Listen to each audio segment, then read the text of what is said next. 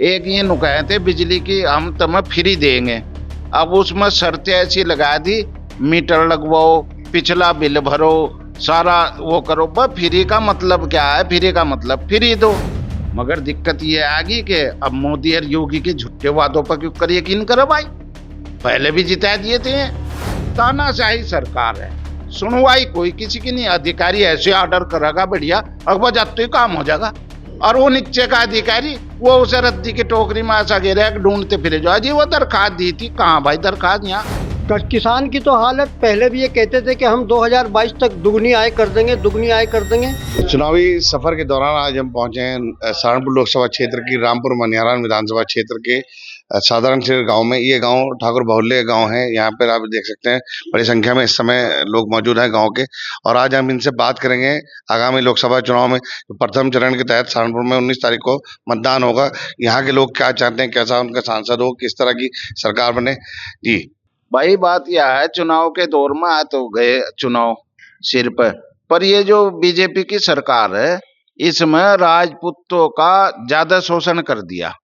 एक तो पता नहीं क्या क्या ले आए थे, मैं सुप्रीम कोर्ट ने कानून ले आए थे हरिजन एक्ट का और उसका फलाना, उसे भी बदल के इन पर जबरदस्ती जांच होने की नहीं कोई। एक ये नुकाए थे बिजली की, हम तुम्हें फ्री देंगे। अब उसमें शर्तें ऐसी लगा दी, मीटर लगवाओ, पिछला बिल भरो, सारा वो करो। बस फ्री का मतलब क्या है? फ्री का मतलब फ्री दो।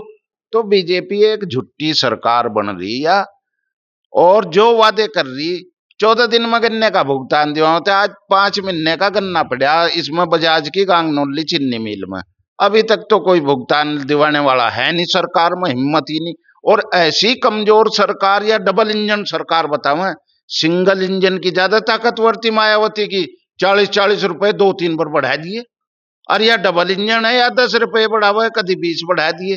और बढ़ा के भी हरियाणा से 50 रुपए पंजाब से कम है, 396 रुपए हो रहा वहां पंजाब में। और यहाँ उनते मारे गन्ने में रिकवरी चीनी की ज्यादा है, पर फिर भी हमारा रेट कम है, 370 रुपए इस साल करे। और वहां 3 साल से हो रहा है इतना रेट। बताओ, वहां रिकवरी कम है और रेट नहीं, और फिर यहाँ हमें पैसा उधारा। तो देखो कैंडिडेट इन्होंने ऐसा दे दिए यहाँ पश्चिम उत्तर प्रदेश में।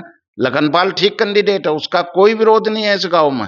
मगर दिक्कत ये आ गई कि अब मोदी और योगी के झूठे वादों पर क्यों कर यकीन करो भाई। पहले भी जिता दिए थे और विरोध ये ऐसा रहा है। अब आपको फिर ये फजलुर रहमान को जिताना पड़ा, क्योंकि मायावती में ज्यादा आज भी ट्रस्ट करें लोग, क्योंकि वो राजपूतों को भी टिकट दे। और ये तो राजपूतों के घोर विरोधी है बीजेपी सरकार, इसलिए राजपूत गांव वाले तो इसे वोट देना पसंद करने के नहीं। बाकी आप यहाँ और भी लोग बैठे हैं, वे जो राय देंगे। और देखो महंगाई की, जितना भी खेती में इस्तेमाल हो आवारा पशु इतना फिरे, बस जिस खेत में बाड्ढा लगा दे ना, बढ़ जहां एक बार घुस गए बस समझो खत्म नेस्ता नाबूद। और ये जितनी गौशाला छोड़ रखी इनमें हम लेके जा लेते नहीं, नो कहे भाई इसकी तो तुम ही कर लो सेवा। बा हम पकड़ के हमारे पास हमने डंगर, आप गांव में घुस के देखो, अगर किसान पे एक पे भी डंगर मिल जाए आपको, कोई जानवर नहीं मिलने का। अगर तुम नहीं तो छोड़ रखे, अरे ये डेयरी वाले छोड़ रहे जो डेयरी कर रहे दूध की। तो भाई इस सरकार का कोई काम भी, हाँ एक काम पसंद आया थोड़ा बहुत, कि लॉ एंड ऑर्डर है। तानाशाही सरकार है, सुनवाई कोई किसी की नहीं। अधिकारी ऐसे ऑर्डर करेगा बढ़िया, अकबर जाते ही काम हो जाएगा। और वो नीचे का अधिकारी वो उसे रद्दी की टोकरी में ऐसा गिरा ढूंढते फिरे जो जी वो दरखास्त दी थी, कहाँ भाई दरखास्त? यहाँ अरे तू हटके लिख लिया, फिर हटका ऑर्डर हो जाएंगे। तो भाई में ऑर्डर ही पड़े रहे, पर भाई सुनवाई उस ऑर्डर पर अमल कोई नहीं है। कोई दरखास्त दे लो और भाई बता देंगे ये बात। कुशलपाल जी, क्या आपका इरादा है इस बार कुछ इस गांव में कुछ विरोध भी है भाजपा का, क्या है? देखो सर, ये 2014 से इलेक्शन चल रहा है और हम खुल कर के सपोर्ट कर रहे थे बीजेपी को ही, चाहे चाह रहा था मन, चाहे नहीं चाह रहा था। लेकिन इस सरकार में आकर के एक सुरक्षा की वजह से हम इसको पूरा वो किए जा रहे थे, पर ये अब हमारे शोषण में लग गई है और खासकर राजपूत बिरादरी के शोषण में लग गई है। किसान की तो हालत, पहले भी ये कहते थे कि हम 2022 तक दुगनी आय कर देंगे, दुगनी आय कर देंगे। दुगनी आय वाय कुछ नहीं है। जो भी कुछ है इतना हमारा रेट ये बढ़ाते नहीं जितना हमारे पास मजदूर हमें मिलता नहीं। इस प्रकार की इनकी पॉलिसी चल रही है कि किसान के पास कोई मजदूर लगने के लिए तैयार नहीं है किसी भी कीमत पे। तो हमारा ये है, जब ये मनरेगा वगैरह चल रही है, मनरेगा में तो वहाँ उनको कुछ करना नहीं, तो एक किसान को भी थोड़ा इसके लिए सरकार इसके बारे में सोचे। और रही इसकी राघव लखन पाल बेचारा सीधा आदमी है, इसका हमारा कोई विरोध नहीं है।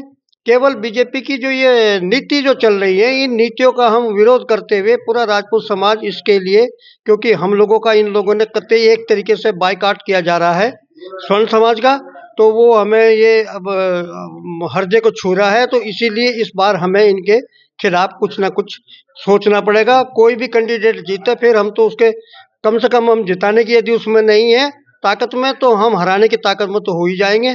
तो हमारा तो यही है, यदि सरकार हमारे पास इसी प्रकार से उत्पीड़न करेगी तो हम इनके खिलाफ ही जाएंगे। तो क्या करेंगे आप, कांग्रेस के साथ जाएंगे, बहुजन समाज पार्टी के साथ? हम तो जो भी कोशिश तो ये है कि वैसे तो हमारा जो 7 तारीख को हमारी महापंचायत है पूरी हमारे राजपूत समाज की ननौता में, तो उस पंचायत में जो भी तय होगा जाएंगे तो हम उसके अनुरूप।